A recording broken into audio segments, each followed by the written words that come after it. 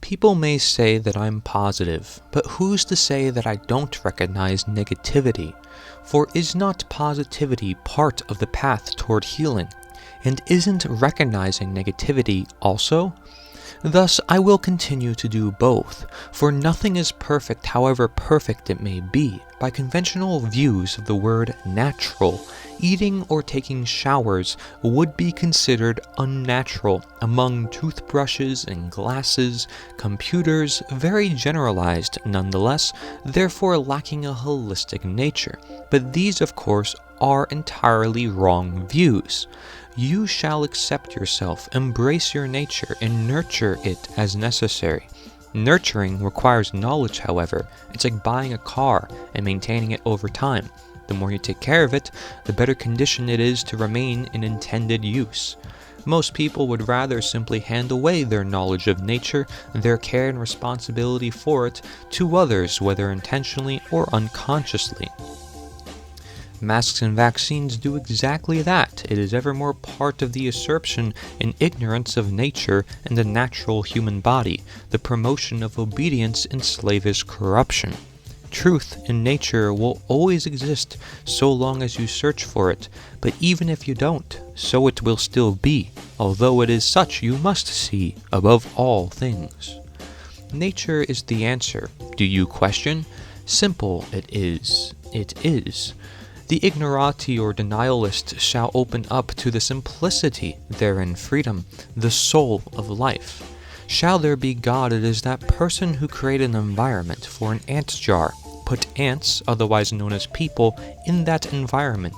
From such, the people or ants in the ant jar experiment and essentially play and entertain with the environment that was given, creating new givings to be given.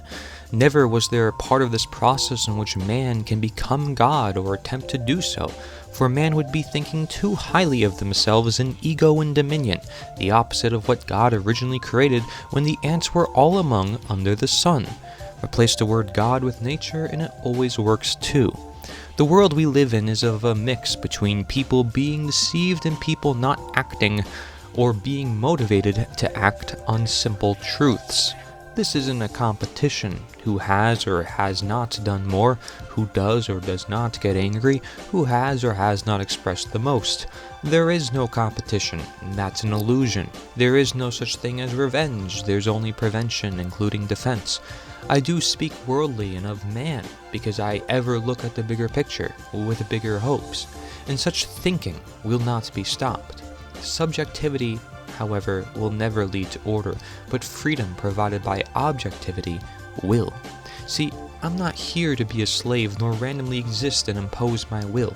I am here to be free, to share the necessary action for our necessary world.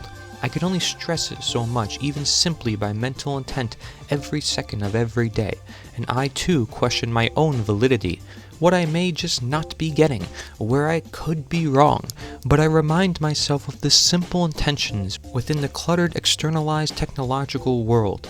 Freedom is worth fighting for above all, the greatest time investment for freedom, nothing else. This is nature's intent, with natural justice as complementary in harmoniance. Balance naturally manifests unless there exists something that cannot be balanced, something that doesn't actually exist, that nature has little control over, as it was not a creation of nature, but of man, and not a physical thing, but of belief. Nature can only control the realistic aspects, the impacts of the non-existent entity, but it is up to man to rid of his own creation via deconstructing belief and coming to terms with knowledge of nature, so to restore balance. Balance does not guarantee peace, nor a life without chaos. All it guarantees is that chaos doesn't manifest.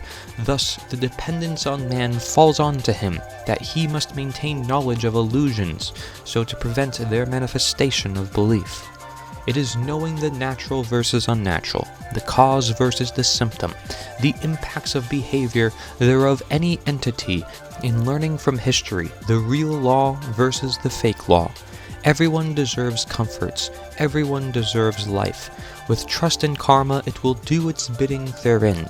You must develop trust before you can heal, whether it be of your own body, physician, or world. This is the only true contract, true naturalization. That is the nature of you, the nature of life, the nature of healing. All is for a matter of health, not law. Law simply promotes health. Many produce, many effect, but few will truly make an effect. For many do this and lead not to grounded action. It is the detriment, where the illusion is destroyed but reality is never embraced fully and together. Remain in contact, and you will remain intact, of fact. Together do so, and such forms the real pact, for real change, the everlasting impact. Learn more about modern slavery in my book, Slavery Gone for Good.